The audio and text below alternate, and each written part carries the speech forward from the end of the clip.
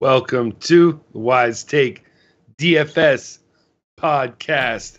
I am your host, Patio Joe. You can follow me on Twitter at Patio Joe Ref. And I'm joined here tonight by the two OG Wise Take. We got Paulie D. You can follow him on Twitter at Paulie D. And straight from the Crossroads, we got CK013. You can follow him at Twitter at CK013 at the Crossroads.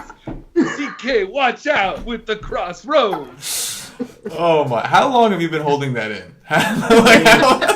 How many days? You sent me the text about that over the weekend. How many days have you been holding that in? It's Sunday, so 3 days, 2 days. It's been really. I've been so it's been percolating for days.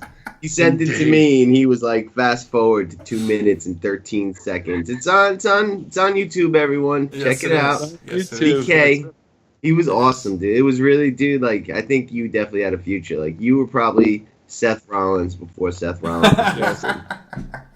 Yes, and with this guy that's like this 300-pound guy like puts him in like this submission move, and I'm like, does that really hurt? Like, where you're like, God. That guy's name is Bull Dempsey, and that guy was actually with the WWE for a couple of years. He never made it up to their televised shows. Mm-hmm. He was on their NXT program down in Florida, but he did Bull make Dempsey, it, man. Yeah. He was there for a couple of years, man. He's a good friend of mine. We broke in together, so.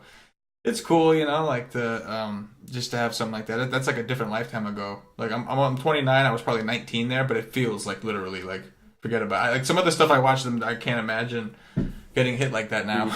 Like, you know what I mean? Yeah. I don't want to get hit like that right now. That was pretty awesome. That was pretty because when Paulie first sent it to you, I'm like. I just saw it, and I'm like, what am I supposed to be looking here? I'm like, is there something? It's 10 minutes long. Paulie, what the hell? And then I finally looked at the name, and it said CK Cross. I'm like, oh, the files are in the computer. I get it.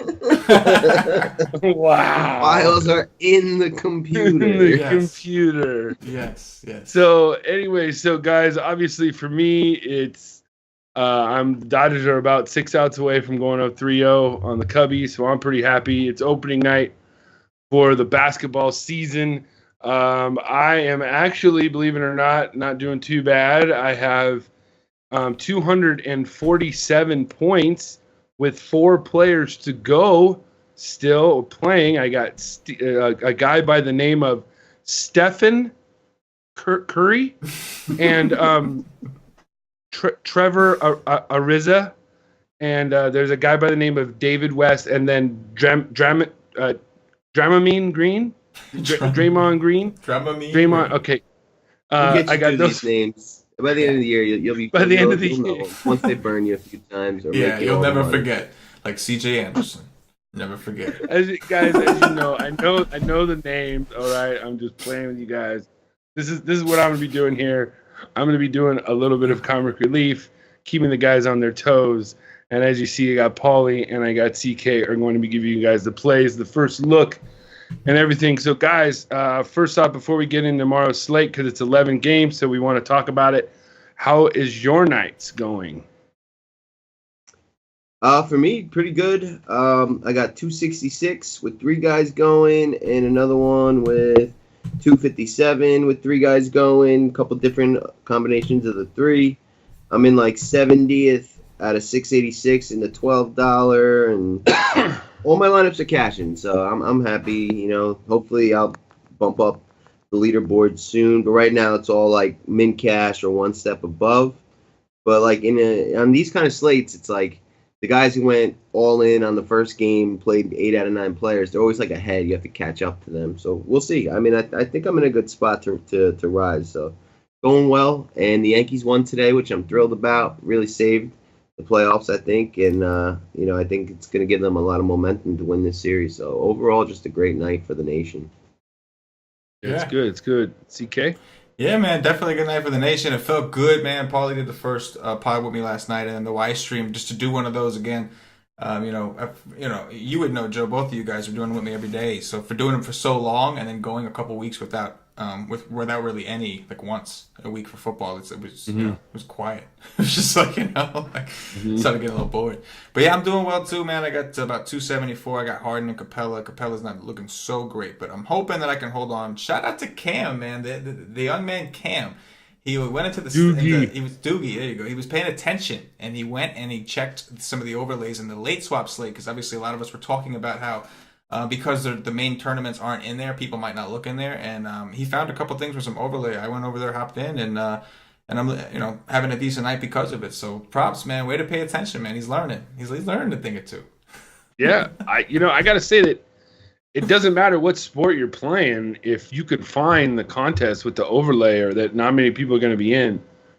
I mean, I think the last time I checked, the money is the same in those tournaments as they are in the main slate tournaments. So, guys, money's the same. Sometimes just the tournaments aren't. You know what I mean? The tournaments aren't. So it's like, what kind of overlay was it, CK? Like how big?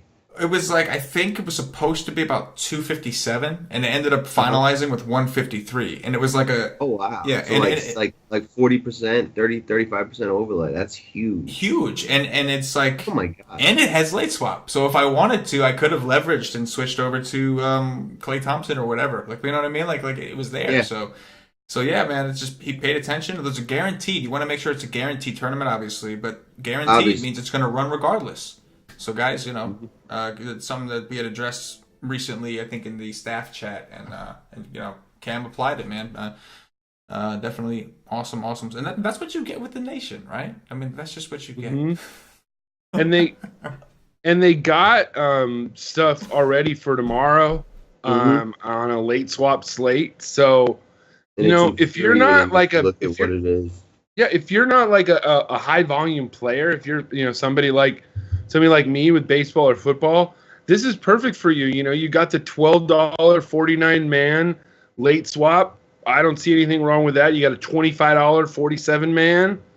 I don't see anything wrong with that. I mean, that's my sweet spot when it comes to football and baseball. So guys, if you like late swap and you're not a high volume player, boom, right there. That's what I say. Boom. Yeah. Boom. Even cash games, dude. Think about it. Yes. That's crucial. You know what I mean? Yes, and the thing is, I don't know about you, but I haven't used really late swap at all. It's only if somebody gets hurt, or I've never been in like, okay, I'm in this position going into the night games. How should I, switch my team up? It's usually only if there's a injury. Yeah. To where I know some people might switch it out because of that. So that just takes a whole nother level being locked in. And I wouldn't want to screw it up anyways. But anyways, let's get to tomorrow's big NBA slate coming at you for the 2017 season. We have a whole bunch of teams kicking off their first game of the season. So why don't we throw it over to Paulie D to talk us about the guards that guard the point? For tomorrow, on the high end, I think Dame Lillard is a guy we definitely have to be looking at. Playing against Phoenix, so you got a high-paced, pace-up game, and C.J. McCollum is got a one-game suspension. So Dame Lillard usage going to be through the roof in a pace-up game at 8,800. I think 5x is like his floor, and he could get you a lot more on a game without McCollum. So don't go up to Wall is what my question is real quick. I mean, Wall's a little pricey, but like he is the best, one of the top 3 point guards in basketball. You can, but like I want to spend up at other positions, and so I probably won't be playing Wall, but he's totally fine. Philadelphia was playing fast in the preseason, so I think that could be a fast-paced game as well. But with guys like Embiid and Okafor, like it's harder to grab a point guard when there's shot blockers down low because that takes away some of their penetration game. So like I'd rather save 1,200 and get Dame, where his usage is going to be jacked up. That's just my opinion. And then Chris Paul on a back-to-back, even though that is a pace-up game, I'm not going to go there. Judging from what he's done tonight, he's just probably probably overpriced. I mean, right now he's taking 4 shots, and it's midway through the third. So I'm not paying that. And then Kyrie Irving is a fade for me tomorrow, back-to-back, and then going up against Milwaukee, who was like one of the top 3 DVP against the point guard. I will not be playing any of him, and he's going to be really popular. So that's one of my first fades. And Paulie, let me cut you off here real quick, because that's pretty much the high end when it comes to point guards. That's cool. Beginning of the year, back-to-backs, are you really like picking because they're not in shape yet? Are you really taking that consideration or no? Not in shape. Coaches may be quicker to if the game's like a 10-point game, they may just throw in the towel because they want to just rest their guys, that kind of thing. So it's like, not just me, but like coaches think about it. So like guys on a back-to-back, you definitely want to be cognizant of. More importantly is 3 games in 4 nights. There's a handful of actual got 3 in a row, and that's like automatic fade. But there's only like 7 of them this year. We'll obviously point them out when they come. But the 3 games in 4 nights is a big one too. But yeah, back-to-backs, I generally try to stay away from, but it's not like a must fade. Like guys can do totally fine in a back-to-back also. Well, I'm just saying like basically in the beginning of the year because it's really they're not in like game LeBron shape. said it in his post-game interview. He's like, man, I'm not in shape yet. So like it's exactly. All right. So CK, these higher end point guards, what do you got? Yeah, I'm definitely in agreement with Paulie on fading Kyrie, and I don't think I want Chris Paul either. He's just too expensive for the situation that he's in a back-to-back. And to agree also, like Paul, we saw it we're seeing it now as the game is on, that like they're still not all the way together, that Rockets team. They still need more time to play.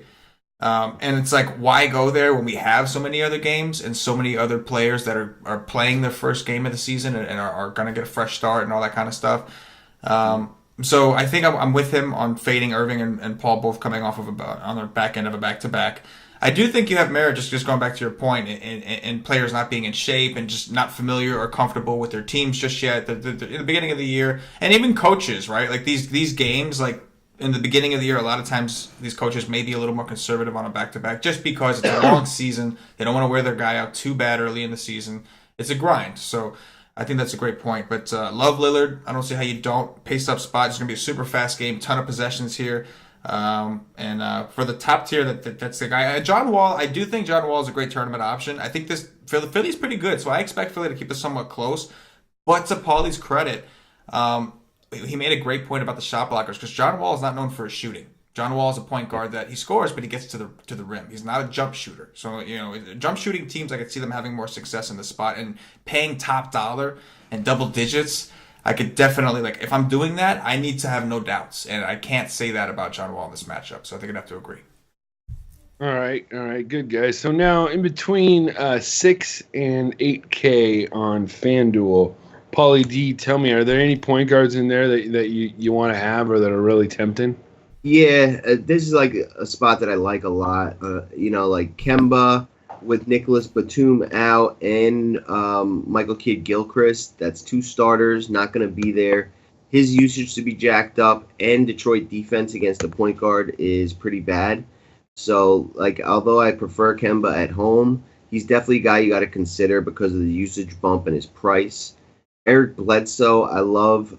Point guards against Portland is a thing, and he's a guy that can dominate the usage as well. Dennis Schroeder, although it's a pace down game in Dallas, he's going to have super insane usage this year, losing Millsap and Dwight Howard and not replacing them with anything of interest. But the pace down spot here would probably take him off, but he's definitely in play. And then Mike Conley in a pace-up game against New Orleans, that's another, premier spot where, Mike Conley, if Memphis is going to be in this game and it's in Memphis, he's going to have to be doing extremely well. And at 7,400, all you really need from this guy is 36 points for 5X. He could easily get you 50 and get you about a 7X there.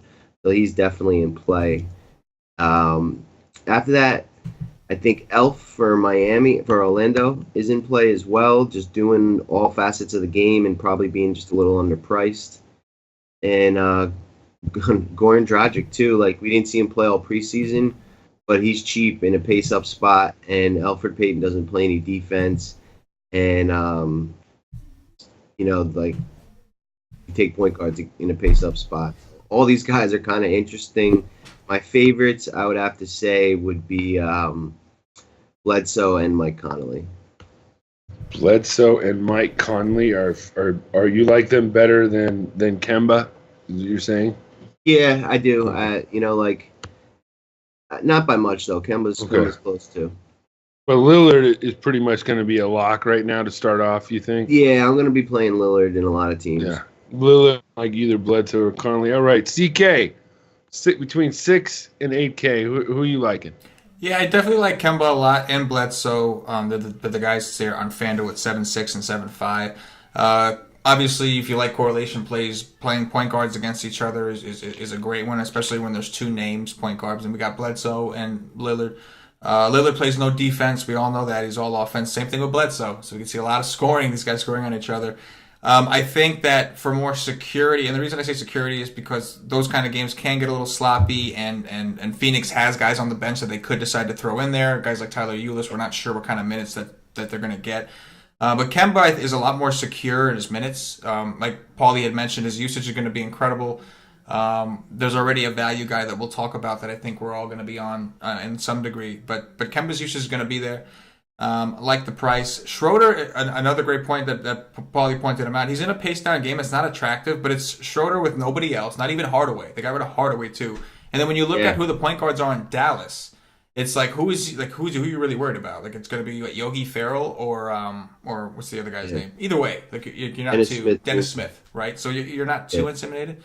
So that's a great point. And Schroeder's not an option that people like are gonna against Dallas. You don't really get excited. So I think people could really overlook that, and his usage could be great.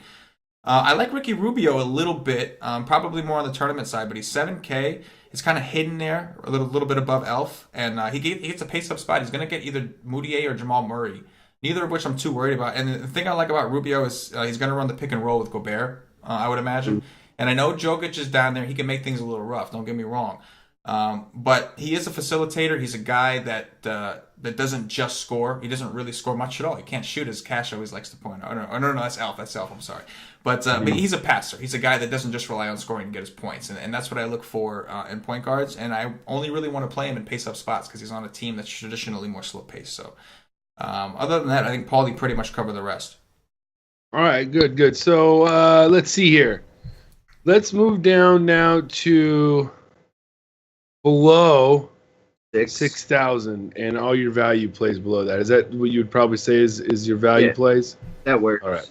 Malcolm Brogdon, probably my first guy I'm going to look at under there. 5,200, going to be playing a ton of minutes for Milwaukee. We know Kyrie doesn't play any defense. We saw Boston play pretty fast pace tonight. Milwaukee would be happy to do that. So Malcolm Brogdon, he does a lot, like a little bit of everything, gets rebounds, score, assists, steals. So he's definitely in play. Tyler Johnson for 4,500, I think, is a value here against Orlando. Dennis Smith, 4,300 on Dallas. He dominated the usage in the preseason. He took the majority of shots. Now I know like Dirk didn't play a ton of those games, but there's a lot of minutes here for him. He's their first round pick, and at 4,300, that's just cheap. Like, I'm pretty sure he went, either 5x of that or more in every preseason game. So he's definitely interesting to me. And as we go further down here, Dejounte Murray of the Spurs for 3,800. He's going to be starting at point guard. And Tony Parker's not going to be back till mid of the year. I think that's a good spot against Minnesota and Jeff Teague, who doesn't play a ton of defense. And I think that's it for now. Other guys may emerge, or may have overlooked someone, but that'll be in the cheat sheet or the articles or the live stream tomorrow. Yeah. CK, you said that there was a value guy that you really liked, and by the way, they're down to their last 3 outs, and the Dodgers will be up 3-0 in the series. CK? Value? Yeah, I was actually talking about a different position, but which we'll get to. But there is a value guy that I did want to mention. Okay. Now, Dennis Smith is supposed to start, but I think Yogi Ferrell is actually going to start at point guard because I think Seth Curry recently got hurt. Yeah. He broke something. Hey there, right? boo-boo. So he's 3-5, and Schroeder I love targeting point guards against Atlanta, and I love doing it. I love doing it last year, and especially with no rim protector, I'm going to love doing it this year. So I know it's Yogi Ferrell, but we had seen last year. We saw a few games with some upside. He couldn't do it consistently enough, but he was a cash game play, like on a lot of nights that he was starting. So I think Paulie mentioned a lot of great value guys, and that's just one guy that I wanted to throw out there. But yeah, man, I think Paulie pretty much nailed the rest, man. There is value. Day one, there's value, but we're gonna want to watch because they haven't said for sure who is actually going to start at point guard. I know that Dennis Smith was recently hurt, so there's been reports that he might not get a full run of minutes because he's just fresh off of an injury. So if that's the case, I mean, I don't know who else. Yogi's got to be the guy. He was good enough last year. I mean, we got Barea, right? Is Barea playing? Hey there, boo-boo. I don't know what Berea's status is, but yeah, like Ferrell, Yogi Boo Boo would definitely be an option. And he'll probably start. Yeah. Boo Boo. Picnic basket. Basket. All right, guys. So I think we got point guard nailed down. I think you're going to want something of Lillard, maybe Bledsoe or Connolly. And then let's move on to some shooting guards. At the shooting guard position, we have up at the top, we got the very pricey, the bearded James Harden. And then it just goes down to Mr. Bradley Beal. So, are we paying up for Harden tomorrow night, or was that too much to eat tomorrow, guys? Probably not for me on a back-to-back. You will never. I think I heard you played 11,000 once for a player ever. Is that true? No, I'll play those guys in good spots, but on a back-to-back in a game they're probably going to be pretty big favorites in. I don't think I'd go there. There's other higher priced guys I like on the slate, and I don't think that Harden is the way to go. But that being said, there may be enough value where you can just afford him and there's just no one else there. So it's not like he's totally out of there. It's just I got to see what the spread is on that game. I don't know if they're even out yet for tomorrow. I'm going to take a look. But I assume that Houston, even though they're on the road, they'll be a 10-point favorite in that game. Mm-hmm. So there's risk of them beating them by 20 and him not playing a ton of minutes late in the fourth. With a guy at 11K, you need him to play the full 4 quarters. DK, you have any interest in Harden more? Not really. I will play Harden, especially in cash games. It gets tough sometimes because I like to go stars and scrubs when possible. And this is a slate where you can make that work. I just don't know again that I want to, just because there are more options, and he is on the back end of a back-to-back. We'll see how he does today, but it's going to be hard for him to hit. In my opinion, it's going to be hard for him to hit value, and there is some blowout potential here because I don't expect the Kings to be very good. So I think that spread is 8. Right now, and they actually do have the spreads up, and the over-under is 218. So we'll keep an eye on that. You know, we'll see how this game ends tonight, how much time they play, and then he's in play. It's James Harden. Yeah. He's still getting the usage. It just seems like Chris Paul is a distant sidekick. Harden's taking 14 shots in the half. Chris Paul's taking 4. Harden's taking 6 3-pointers. Chris Paul's taking 2. Right. So, although I do think his role is going to diminish, if he's the only guy there and there are a ton of value guys, you almost just, might have to play him and get the raw points with your stars and scrubs lineup. Yeah, there's enough value to where you might end up just having to play him because you're going to have the salary left over. And if you have salary left over, you have to because it's floor. You know what I mean? It just makes too much sense. So that's a great point. Definitely. All right, guys. So let's move down from, in the mid-range there from, 6,000 to 7,300. Paulie, anybody in there that really, tanned your hide? Is it Drew Holiday? Maybe a little Devin Booker? Or, of course, the freaking biggest fucking dud, D'Angelo Russell? Which one of those? Any of them? Brad Beal, by far, is interesting. Bradley Beal. BB. Probably going to be interesting, but for what we just said about John Wall driving. Like Brad Beal's a shooter, and he's gonna have a size advantage over JJ Redick. And if if John Wall's not gonna be scoring, slashing to the hoop, he's gonna be dishing it to Brad Beal, and he could have a good game here. And he's probably a little underpriced. He spent most of the end of last year above 8K, so I like Bradley Beal in this spot in what should be a closely contested and high-scoring game. After that, Andrew Wiggins, not interested against the Spurs and with all the additions on that team. Drew Holiday, probably not against Memphis. Devin Booker is in play, but I'm probably not going to go there. Like, the end of last year, we saw Devin Booker go bonkers, but that's because Eric Bledsoe called it a season at, like, the end of May. But before that, like, Bledsoe really dominated the usage, and Booker was, like, second fiddle. So, like, I don't know. Like, it's a good spot against Portland. Evan Turner's probably going to step up and start as shooting guard, and he's not really a massive concern, but he is taller than Booker. And I don't know. So I'm really not that interested in him. D'Angelo Russell, not too interested in. Victor Oladipo, though, I do love at 6K. I mentioned this in the preseason. Like, he's finally got all the usage back. And when he was on Orlando, not with Russell Westbrook, he was like the go-to guy. And on this Indiana team, he is absolutely going to be that guy for the guards. So for at 6K, I think this guy can get to 30, no problem, and potential for a lot more. So it's really just Bradley and Oladipo for me in that class. Sorry, CK, go. The Javi Baez is a dumb shit. Anyways, keep going, CK. Yeah, I think you make a great point with Beal. I mean, he's obviously a lot cheaper, much more affordable than John Wall. And if we don't think John Wall is going to score, yet we believe the game's going to remain close, then somebody's got to do it. And it's pretty much those two guys who do it with a little sprinkle of maybe Morris and Otto Porter and all that. But like, it's really Beal and Wall. And like your point, I could see Wall driving to the hoop and looking to kick it out, and he's going to kick it out to guys that could shoot threes, and one of those guys is Beal.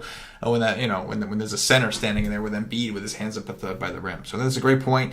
Wiggins, it really sucks, man. If this was last year and Kawhi Leonard was out, I'd probably be all over Wiggins just because, like, the Spurs system, like, they're decent against centers, and I think, like, one of the big reasons that their DVP is so good against small forwards is because Kawhi Leonard. He's just a terrific defender. Yep. So with him being out, it would have been, but now that Butler's there, it makes things complicated. Now we got we got Jeff Teague, who's not really known as a facilitator, is more of a scorer. We got Jimmy Butler, we got Andrew Wiggins. Like, there's so many mouths to feed here. So I think it kind of messes things up. We know that they're going to get minutes. We know that, but we have to see where those minutes go first. So I think that's a great point. Booker is somebody who I'm a little intrigued because CJ McCollum, while I don't mind taking guys against him necessarily, he's the guy that they'll put on really good point guards a lot of the time for defense. So like they'll just move Lillard off of a guy, send Lillard to the 2, and then have like CJ McCollum do it. And he's not there. So that means like both of these guards positions should eat. The only problem is Evan Turner is there. So if Evan Turner is going to guard Booker, I don't really think I want Booker in that kind of matchup. He's not really like a big physical strong guy. Turner is a big physical strong dude. You know what I mean? Yeah. So like he'll keep Booker back. Like if that's the case, I don't think they would put Turner on the point guard. I don't think they would put him on Lillard because I don't think he's quick enough. But but if things work out the way it's going in my head on first look, then I'd be off Booker as well. And the only other guy, and again, in agreement that I do like, is Victor Oladipo. I think we should see some huge usage from him. I think we should, like as Cash always says, like we should see the Oladipo from the Magic that we saw that had all the shots in the world and everything. There's nobody else there. It's Miles Turner's the only other guy really. So it's like I'm with that call. All right, guys. So anybody below that range? Yeah, definitely. That you're really into. There's a lot of guys down here. I'll focus on a few. Dion Waiters, 5,200, like definitely underpriced. This guy can become like sort of a pseudo ball hog when he's feeling it, and at 25 points you need from him to get 5x. Like he may do that just in points alone, and he does a little bit of everything else. He'll get a couple assists. He may even like run some point guard in some sets. Like he does a lot for this team, and he's underpriced. So he's a guy against Orlando, who's just going to be running hard. I really like him. Kent Bazemore, Atlanta, we mentioned again, pace down game. But, there's like 3 guys in Atlanta I expect to do the bulk of their shooting, and he's 4,900. We saw his last preseason game. He went for like 26 actual points and like 40 or some FanDuel points. So he's definitely in play.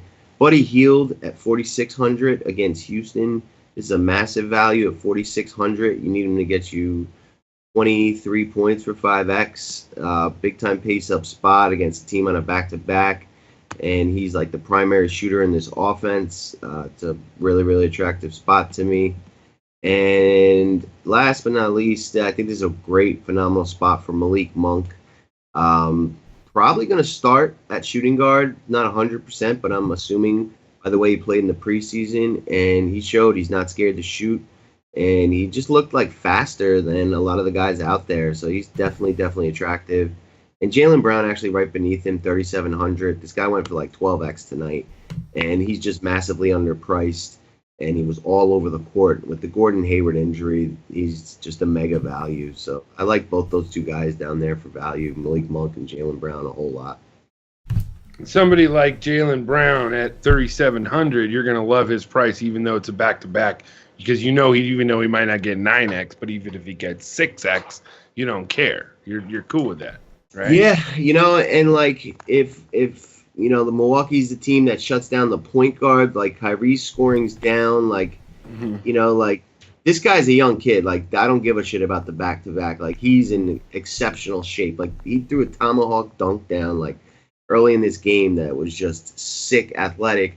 And then he was hitting 3-pointers in the last minutes of this game. So, like, you can see that a guy is in shape when he's hitting threes late in the game. Like, fatigue hasn't caught up to him. And he's not even, like, the greatest shooter in the world. So, I was really, really impressed. What happened? Dodgers won? No, just sick. You said sick. And I'm agreeing with you. Sick tomahawk dunk. I'll send it to you on Twitter. Yeah. Ridiculous. Nice. All right, cool. CK. I think we can look at a lot of these value guys. Obviously, shooting guard is a position that a lot of people like to punt, especially in cash, because the thing about shooting guards is you don't get a ton of usage usually outside of guys like James Harden and some of the guys that we mentioned, Oladipo. But a lot of the time, a typical shooting guard is just a guy that they only shoot, they score. They don't usually run the offense. We have exceptions. We got guys that can take control of the ball and do a little bit more, and we have those guys playing today. So we do have to pay attention. We got guys like James Harden. We talked about Bradley Beal and a few. There's even Avery Bradley, who I'm not too high on. I want to see how he fits in on this team. But there's guys, right? Like there's guys that could do more. Yeah, there's a lot of value on the slate. Tons of them. Right. Exactly. I like the Buddy Hield call. He's kind of playing for his job. But one thing I don't like is, from what I read, they have him slated to start as the 3. And so I don't know, like if I really like him.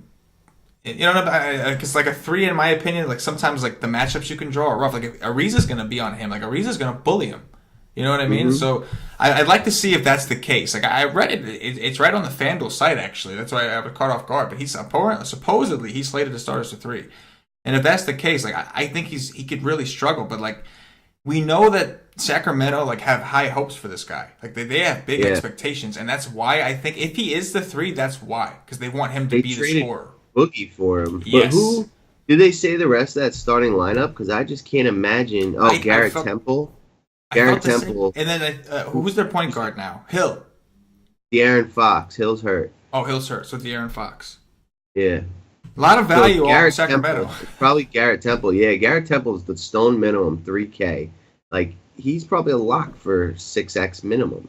Yeah, against a pace-up spot against the Rockets at home. Temple. Yeah. Big underdog is probably going to play even in a blowout.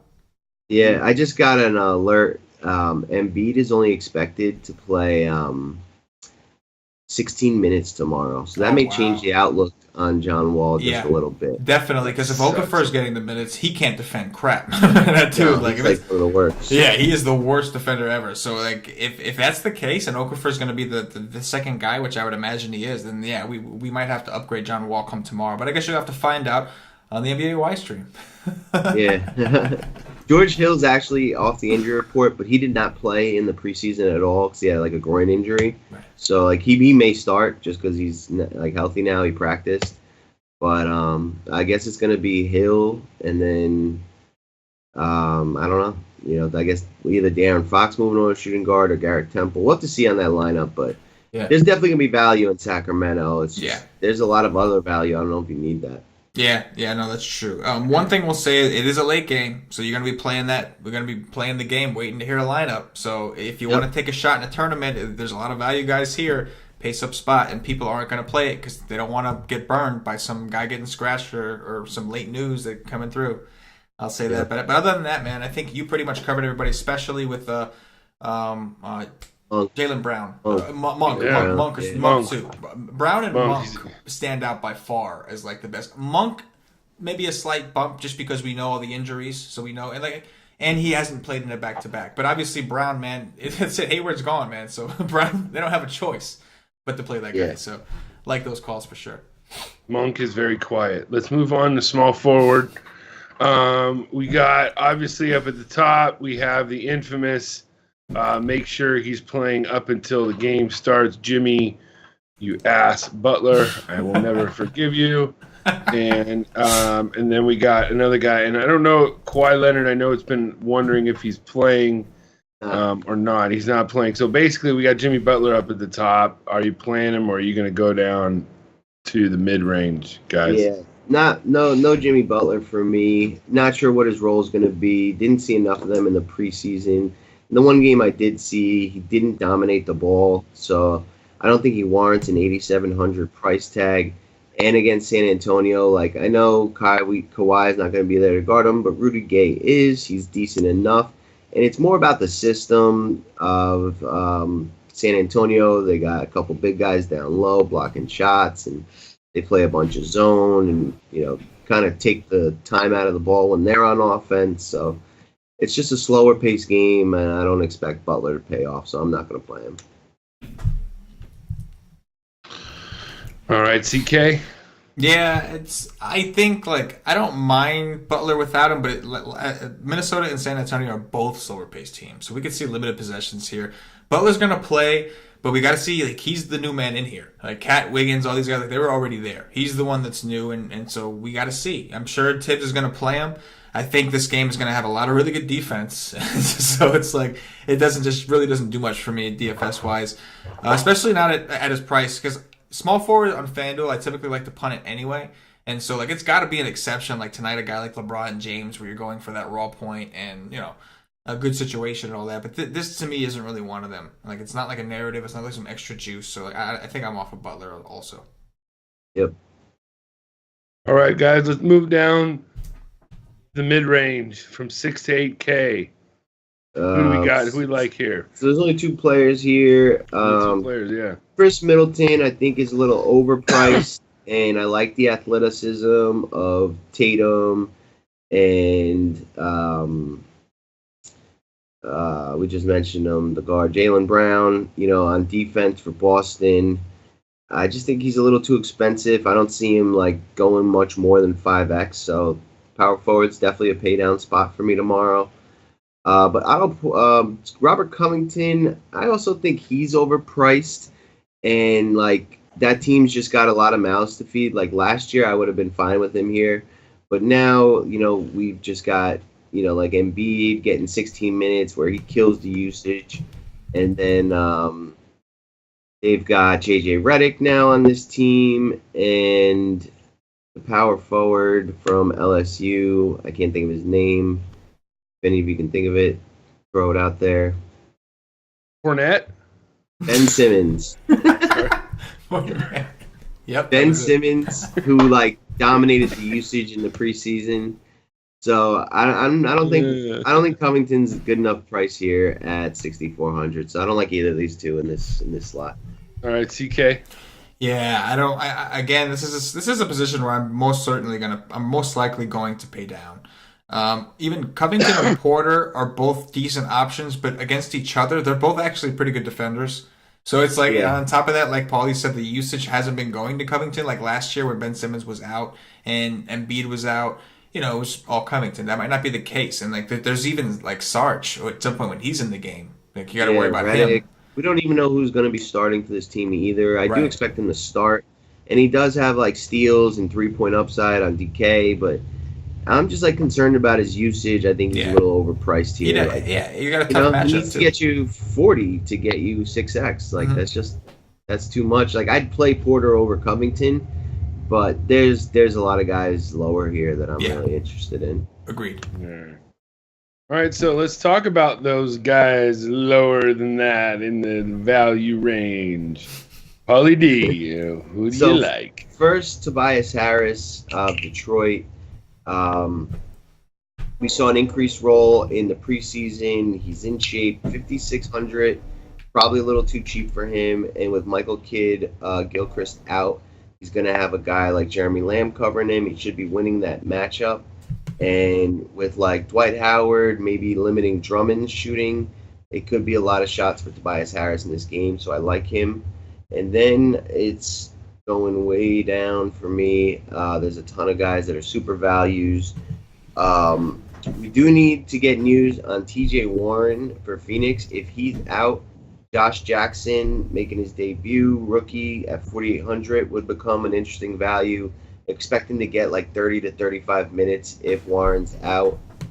And the guy that's mega chalk tomorrow, Jeremy Lamb, 3,500. We said it earlier, Michael Kidd-Gilchrist and Batum out. Jeremy Lamb, he's a steal at 3,500. And the NBA, like, there's just good chalk that you want to play, and Jeremy Lamb is the exact definition of that tomorrow. It's a rack of lamb tomorrow, right? Rack of lamb. It's a rack of lamb. Name the podcast Rack of Lamb because he's going to be 60% owned, but just play him. It's worth it. Rack of Lamb, CK. That's the title. Oh, man. I hate to pick it to you guys. We don't name these anymore. I just put the dates in. Like, I'm so sad to tell you that. I know that, but we've been having success with it. I can't. You could have just played along. I should have. Actually, there's one other super value guy down here, Jonathan Simmons, 3,200 on Orlando. We saw him go for like 38 in his last preseason game, and Jonathan Simmons, 3,200. Like him and Jeremy Lamb, just put him in now. Small forward, super value. Instead of Tobias Harris. Yeah, get rid of Tobias Harris, put in Jonathan Simmons and Jeremy Lamb. Simmons won't be as popular, but he should. Yeah. Okay. All right. CK. Lamb, obviously Lamb will be in the cash game article for sure. That's a free square that I'll just put out there because it's pretty obvious. He's, like Paulie said, he's a plug and play. He should get a ton of minutes. He likes to shoot. He doesn't really care about anything else but shooting. So I think that's a great call. A lot of, like Paulie said, I'm trying to pay down here. TJ Warren is a big one, not because I want to use Warren, but like Paulie said, because I'm more interested in the guy that's going to replace him if he's out, who's cheap and should see an extended amount of minutes. Josh Jackson, I believe his name is, as you said. Yep. I like the call. I like the call with Tobias Harris too, Paulie, because I think this season he's 25 now. So I think this is the year where they're kind of looking to see what they have with him and see like this is a revenge game. Yeah, that's true. Oh no, it's not. No, it's not. I'm sorry. It's not. I'm sorry. Scratch. No. Yeah. For a minute, you had me sold. I was like, yeah, actually, no.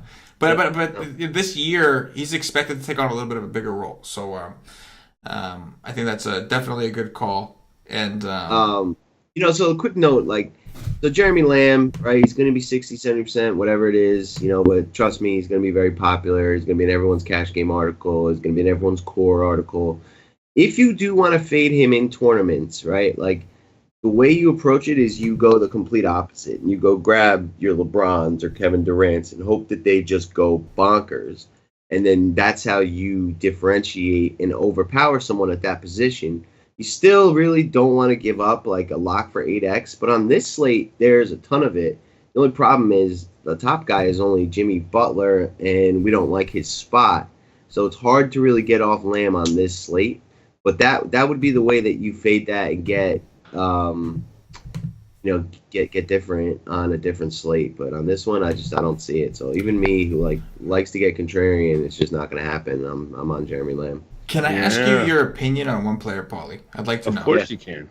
Of course. Taurean Prince against Dallas. I like him. So he's. I didn't mention him just because there's so many guys, but he's the third of the Atlanta Hawks, and he does a little bit of everything: defense, rebounds, steals, scores. He's not a shoot first guy, but he does shoot. He gets tips after rebound, and it's him and it's the point guard and the shooting guard that are going to gobble up all this usage. Like Dwayne Dedmon's probably going to start at center, and he is like non-existent offensively. And then it's a rookie in I think his name's John Collins. I don't know too much about, but he was like a defensive rebounder in the maybe Ilyasova will be starting too, who's not even that much of an offensive threat as well. So it's those three guys that I like, but I see myself going Lamb, Simmons, just like not even worrying about anyone else at this position. Isn't John Collins Jack Daniels and whiskey and sour? Yeah. Drink to John Collins. Okay. Tom Collins. Tom Collins. Collins. I know. I'm keeping you on your toes. All right, CK. Let's. I think we've kind of killed them to death. Let's move on to the next position. I love when Joe says we killed them to death. We've killed them to death. We've killed these power forwards to death. There's three guys up at the top. Are we going with the plate of glass, Anthony Davis, who is a game time decision? That's odd. With an illness. Hey, wait a minute. Anthony Davis is questionable. No way. No way. So all right, and then we got my man Giannis, and then Millsap. I love Giannis, but what do we got? Just a quick note, CK. Josh Harden's gone bananas in the third quarter here. He's probably at like almost 40 fantasy points, so he might be higher than you last mentioned. He usually is. Yep, usually is.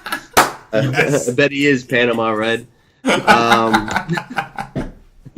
But yeah, Anthony Davis and Giannis Antetokounmpo, play them both. We mentioned a ton of value on this slate, so these are the stuff to stay up for. Anthony Davis went for like 90 in like the first or second game of the year last year against Memphis, and they don't have Zach Randolph anymore. And I'm pretty sure he's gonna play. I'm not really too worried about this illness, and I hope that gets people off. A big trick in NBA DFS is the guys with that little like questionable tag, and like it sticks out and people just like get nervous and go away. But when you do the research and find out he is playing, you do get an ownership drop because of that. And I hope that's there up until lock. He's questionable, but we'll know. We'll have the information. And he's the guy that, with all the other value, I'm just locking in him and Giannis, and I have zero interest in Millsap at 8K. That's a ridiculous price. So you're going to play both of them tonight, even though, so you won't be able to probably afford any of the guys in the hot top centers then, is what you're telling us.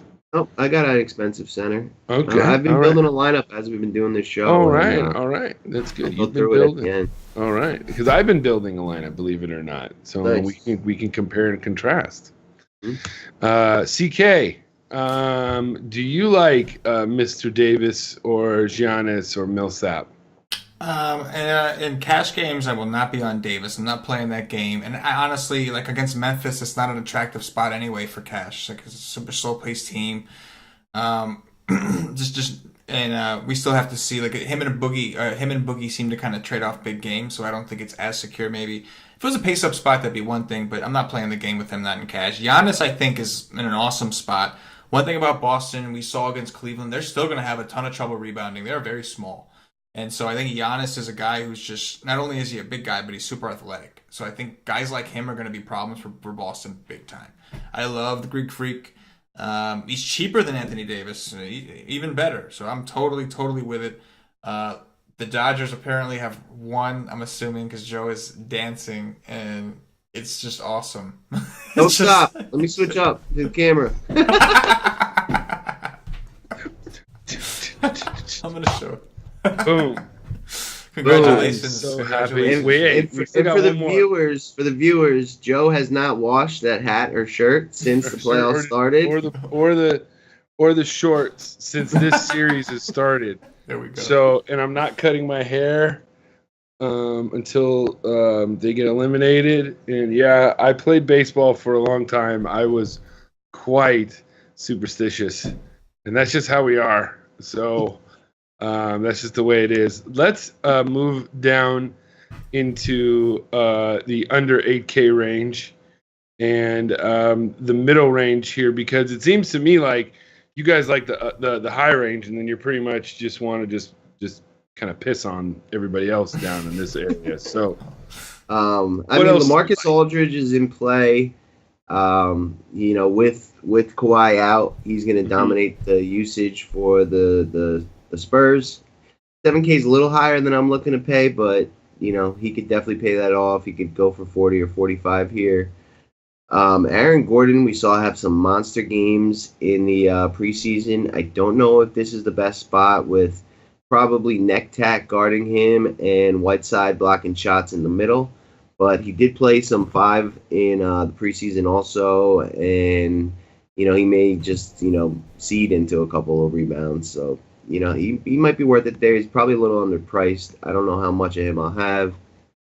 Ben Simmons, 5,600. That is a price check on aisle 9. Is this real? Because the guy was like a triple double waiting to happen every preseason game, and brought up the ball a lot. So I loved what I saw out of him. A lot of people didn't know what to expect, but he did phenomenal. He's a freak athlete, and he's it's like a Giannis light, he can block shots, he can bring up the ball, he does a lot. So he's going to benefit from the stat boosts, and I like him, and I know I went below 6K, so I will pass it over to CK. That does not mean that Ben Simmons is a lighter skinned Giannis. He's a lighter version of Giannis. Right. Let everybody know that. Right. CK. Yeah, I think LMA is in play with Kawhi out. Last year we saw LMA would get a decent sized usage bump. And we know that while Cat is athletic on the offensive end, he wasn't the best rim protector down low. He could be beat by veterans. We saw that, so I don't think I have too much trouble down there. So I think LMA definitely in play. He's on an awkward price at 7K, so I'm curious to see what that does to his ownership. But power forward is a position that people typically don't like very much, I feel like. I feel like people usually pay up because it's easier, because when you look at some of these guys, they're not quite centers, they're not quite shooters, they're just kind of in the middle, and I think people get confused on where to go. And there's different types of power forwards. There's stretch fours. There's fours that shoot threes. There's fours that are basically second centers and they stay down there. There's rim protectors. There's all kinds of different ones, and it's you have to match that up with the team's weaknesses. We'll get into in the value section. We'll get into to some of that, but yeah, just to start off, LMA definitely in play. Harry B, he's always someone to consider, but this is not a game that I want him in ideally. I usually want him in pace-up spots, and I'm not sure. I'm not sold that Atlanta's going to be super quick. It might be middle of the road, but we got to see.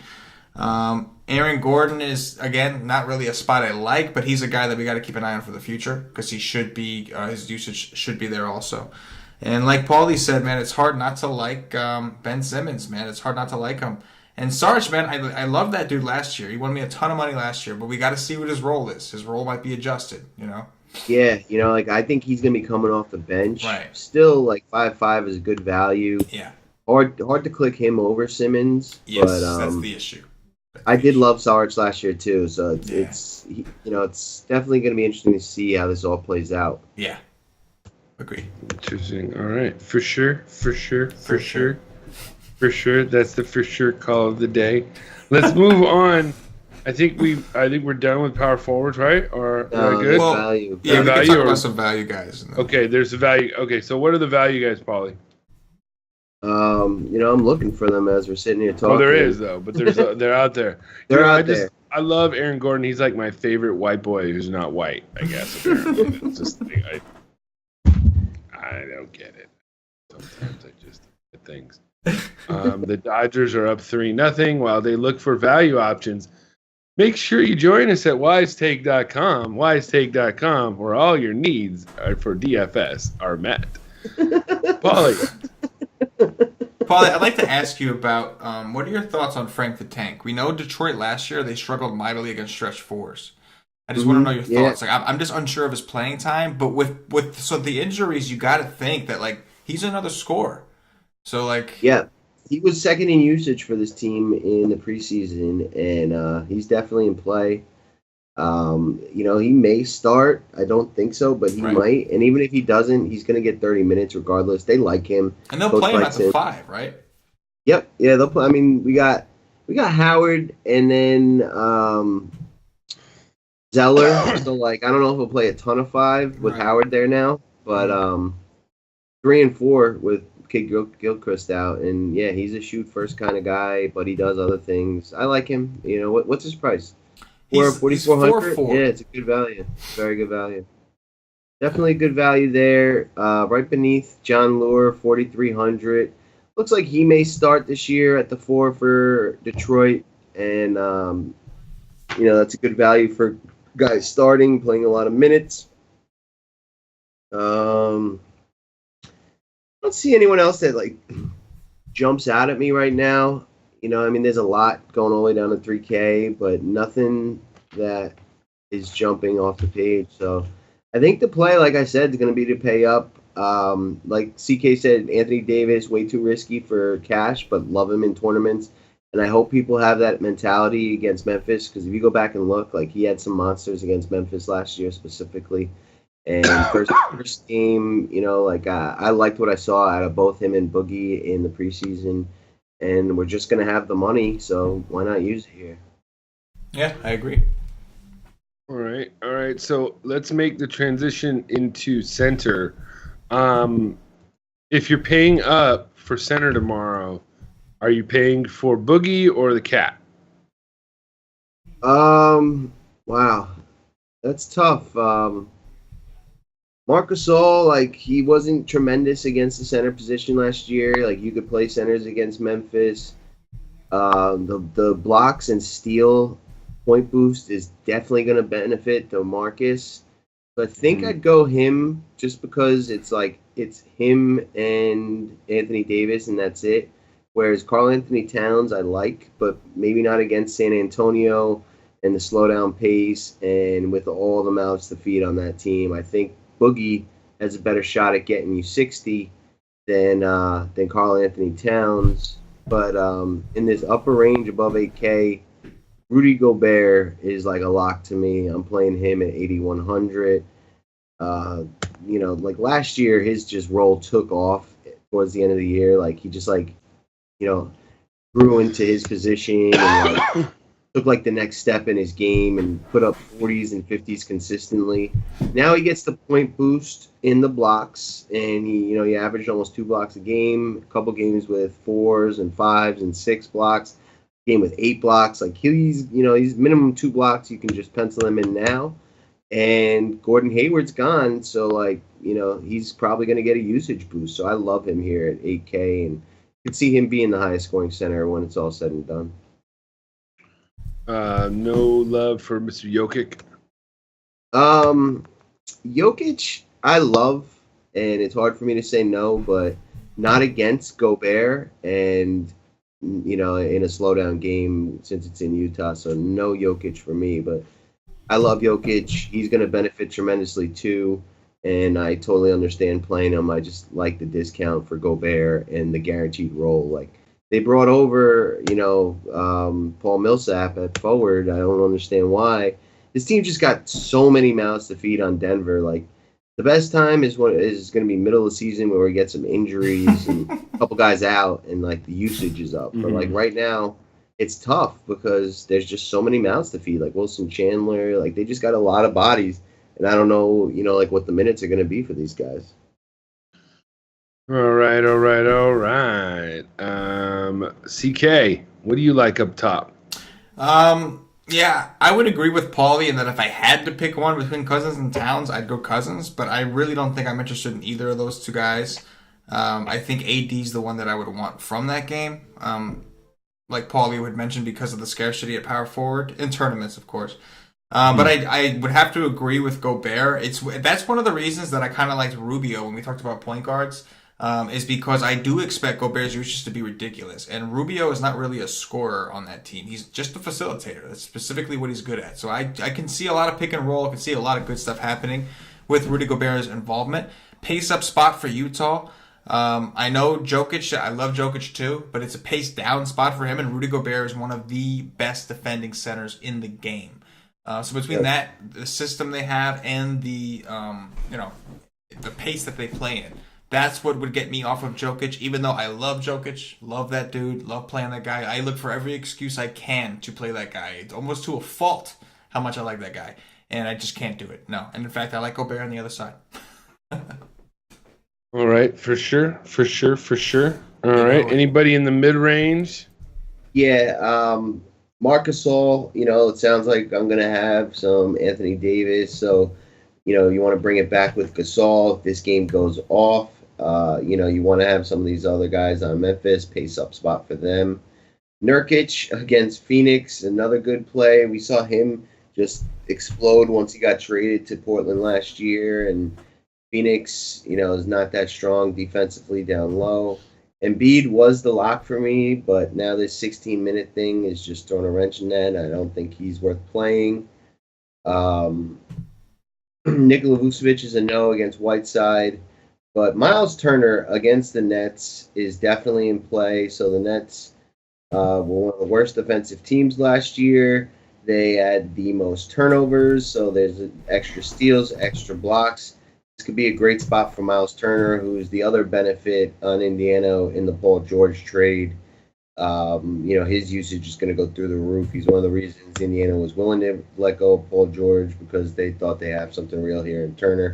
So he is in play for me as well. Those two guys, Turner and Gasol, my favorite, and Nurkic is fine. I don't think I'll have too much of it. All right, CK. I would have to agree with a lot of the things. Nurkic, love that dude. Pace up spot. And we have some question marks at center here. I think Alex Len is questionable. It's a game time decision with a foot. While we're on the topic, I think Marquise Chris comes into play for power forward. Just wanted to mention that because I forgot to mention that with Alex Len because he could deserve some minutes.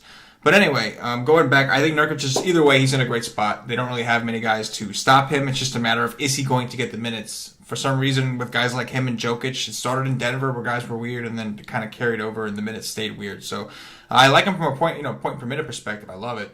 So it's a great spot. Love his price. Knowing the restrictions that we know with Embiid and knowing they're the same price, it's kind of like a gimme. I don't mind Vooch, although it's not my favorite game in general. I don't mind him. Hassan Whiteside, as good as he is at blocking shots, he does get scored on quite a bit. We've seen centers do pretty well in games against him. Miles Turner, Paulie, great call there.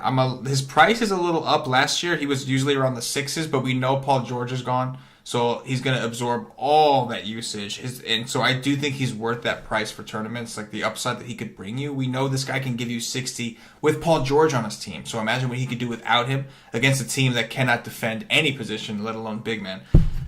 Like that call too. And Dwight Howard, man, even Howard, man, I don't really like playing Howard much. It's for no particular reason. It's just like he does it all. It's just like, I don't know. It's just he never really seems to have that ceiling. He's injury prone for the most part, although last year he did play a lot. He had a decent season. But Drummond's another one, man. Drummond don't like to play defense. He occasionally gets lazy on the boards once in a while. So Howard's in play too. Yep. All right, guys. Anybody else at center? You guys want to talk about it, and we'll get out of here? Dwayne Dedman, 3,600 on Atlanta, I think is a great value. If he's starting, which I expect him to, and going to play 36 minutes, he's another guy that can block 5 shots a game. He's just going to get rebounds by default because no one else can. And he can, hit a couple tip-ins and stuff like that. 3,600, you can get him to 30 and get yourself 8 or 9x. So I like that value play. Really the only major one that stuck out to me right now under 6. I don't know if you see any CK. I'm scrolling further down. There's a guy I could ask you about. We could talk about real quick. What do you think of Willie Cauley-Stein? He has 40 FanDuel point upside for sure. Where's his price? He's probably around like 5K or so. He's in the high 4s, 47. Yeah, 4,700. Yeah, he's definitely in play. Against Houston, pace up spot, not the strongest rebounding team. I like that. I like that for sure. It's definitely in a good spot to pay down. Yeah, other than that, man, I think we're for a first look. I think we pretty much covered everything. Yeah. All right, guys. Well, that was fun. Talk a little, basketball. It's always, I love it. Me talking basketball. Of course. It's been so much fun, especially sitting here with you guys, sweating it out with the Dodgers winning. And right now, I am at 293 points in 24th place. The sweat is real. You have Draymond Green? Yes. Draymond is. He just went to the locker room. Oh. But I got David West, isn't he? Nice. That's probably a good thing for you then. That'd be good.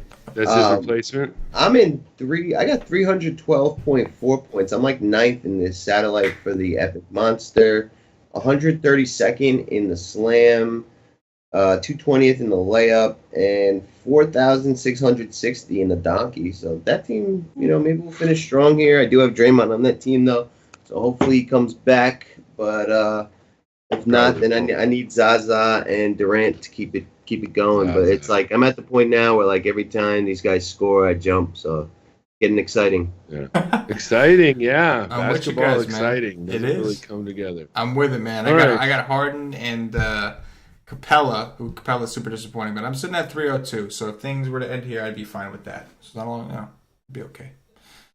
Good night for the nation. Guys. Yes, good night for the nation. And so make sure, everybody, you give us a like button on YouTube and Podbean and iTunes and bump us up those charts and be premium members. Make sure to join us tomorrow at 3 o'clock or 6 o'clock Eastern, right up before lineup log. We got Paulie and CK telling us who will be the best plays of the day. And I will probably be joining again on the hosting, just kind of throwing in my shtick as we go along. So, guys, anything else to add tonight? That's it, man.